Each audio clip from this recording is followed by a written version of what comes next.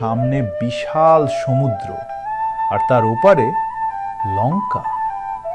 রামজি বুঝলেন এই সমুদ্র পার না হলে দেবী সীতাকে উদ্ধার করা অসম্ভব।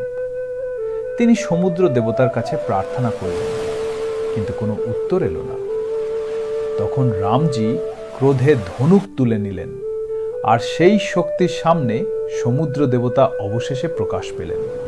তিনি বললেন, প্রভু, আপনার জন্য একটাই পথ, সেতু নির্মাণ।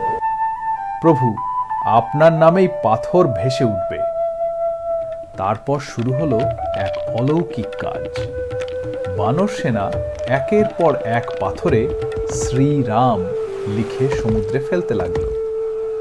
দিনের পর দিন পরিশ্রমের পর অবশেষে তৈরি হলো সেই মহাশক্তিশালী সেতু, রাম সেতু। এই সেতুই পথ দেখালো লঙ্কার দিকে। এটাই ছিল সেই মুহূর্ত যেখান থেকে শুরু হতে চলেছিল ইতিহাসের সবচেয়ে ভয়ঙ্কর যুদ্ধ।